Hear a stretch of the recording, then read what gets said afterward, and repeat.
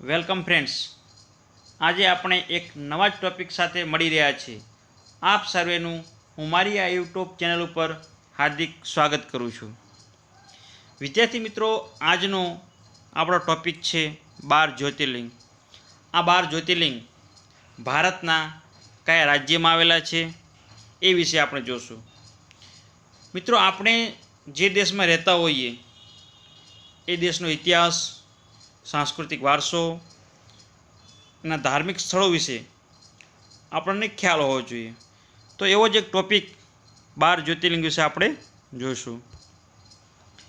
આપણા પૂર્વજોએ કાયમને માટે રાષ્ટ્રીય એકતા સ્થાપિત કરવા માટે દેશના જુદા જુદા ભાગોમાં શિવ મંદિરો બનાવ્યા અને શિવલિંગની સ્થાપના કરી. એમાંના કેટલાક જ્યોતિર્લિંગના નામથી પ્રખ્યાત છે. એની કુલ 12 સંખ્યા છે અને આ જ્યોતિર્લિંગોનું ધાર્મિક, ભૌગોલિક અને રાષ્ટ્રીય ઘણું મહત્ત્વ છે. તો ચાલો આવો જોઈએ આપણે આ 12 જ્યોતિર્લિંગના નામ અને એ જ્યોતિર્લિંગ ક્યાં આવેલું છે. સૌથી પહેલાં આપણે જોઈએ કે સોમનાથ.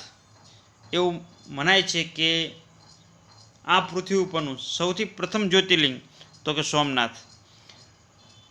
આપણી રૂપક કથા પ્રમાણે કે સાક્ષાત ચંદ્ર ભગવાને આ સોમનાથ જે શિવલિંગ છે એની સ્થાપના કરી હતી. ઘણી વખત સોમનાથ જે મંદિર છે, સોમનાથ શિવલિંગ છે, એના વિધર્મીઓ દ્વારા આક્રમણ થયેલું. ઘણી વખત મંદિર લૂંટાયું, તૂટ્યું.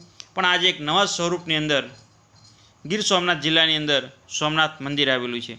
તો આ જે સોમનાથ શિવલિંગ છે એ પ્રભાસ ક્ષેત્ર, સૌરાષ્ટ્રની અંદર ગીર સોમનાથ જિલ્લાની અંદર જે પ્રભાસ ક્ષેત્ર છે, જેને પ્રભાસ પાટણ પણ કહેવાય છે, ત્યાં આવેલું છે. તો કે જે સોમનાથ જે સૌ પ્રથમ શિવલિંગ બનાય છે, સૌ પ્રથમ જ્યોતિર્લિંગ બનાય છે, એ જ્યોતિર્લિંગ આપણા ગુજરાતમાં આવેલું છે, જેનું નામ છે સોમનાથ. બીજા જ્યોતિર્લિંગની વાત કરીએ તો મલ્લિકાર્જુન. એ આંધ્રપ્રદેશની અંદર શ્રી શૈલમ ખાતે આવેલું છે. ત્રીજું જ્યોતિર્લિંગ મહાકાલ, જે મધ્યપ્રદેશના ઉજ્જૈનમાં આવેલું છે, જે વિશ્વની અંદર વિષુવવૃત્ત, મકરવૃત્ત અને કર્કવૃત્ત આવી 3 કાલ્પનિક રેખા જે પસાર થાય છે એની અંદર ઉપર જે કર્કવૃત્ત છે એવું મનાય છે કે આ જે મહાકાલ મંદિર છે એની ઉપરથી જ, ઉજ્જૈનની ઉપરથી જ, મહાકાલ મંદિરની ઉપરથી જ કર્કવૃત્ત પસાર થાય છે.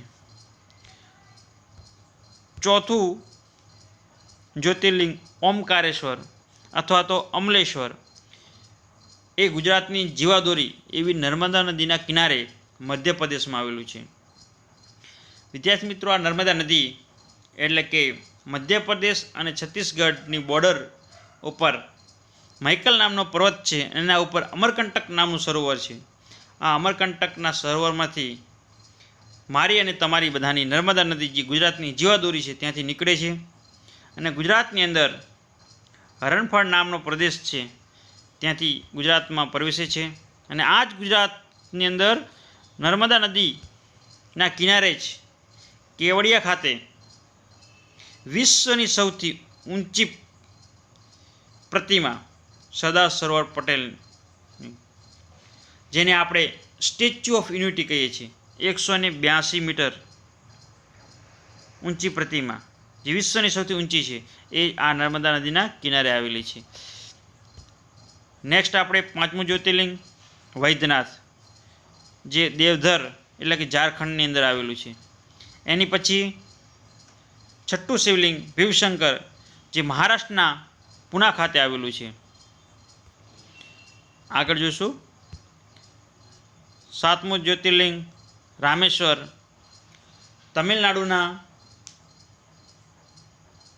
રામેશ્વર ખાતે આવેલું છે. એવું મનાય છે કે જ્યારે ભગવાન શ્રીરામ સીતાજીની શોધમાં જ્યારે લંકા જતા હોય છે ત્યારે તમિલનાડુની અંદર સમુદ્ર કિનારે આ રામેશ્વર જ્યોતિર્લિંગની સ્થાપના કરી છે. એની પછી નાગેશ્વર. એ ગુજરાતના સૌરાષ્ટ્રની અંદર દારૂકાવન નામનું સ્થળ છે, ત્યાં નાગેશ્વર અથવા તો નાગનાથ જ્યોતિર્લિંગ આવેલું છે. ગુજરાતની અંદર 2 જ્યોતિર્લિંગ આવેલા છે, એક સોમનાથ અને બીજું છે નાગેશ્વર.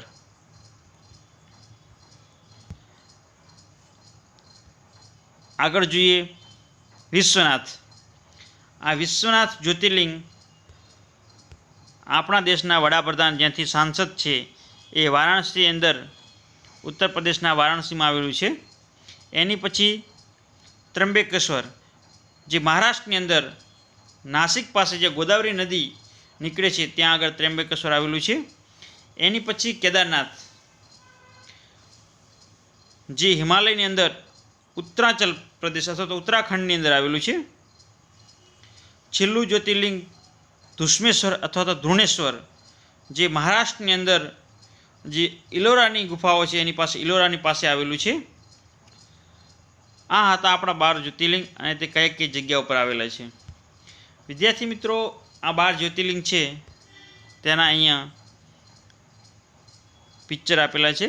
આ સોમનાથ, મલ્લિકાર્જુન, મહાકાલેશ્વર, ઓમકાલેશ્વર અથવા તો અમલેશ્વર, કેદારનાથ, ભીમશંકર. આગળ વિશ્વનાથ, ત્રંબકેશ્વર, વૈદ્યનાથ, નાગેશ્વર, રામેશ્વર, કુસ્મેશ્વર. તો થેન્ક યુ ફ્રેન્ડ્સ. નવા જ વિડીયો સાથે, નવા જ એક ટૉપિક સાથે નવા વિડીયોમાં મળીએ. Thank you.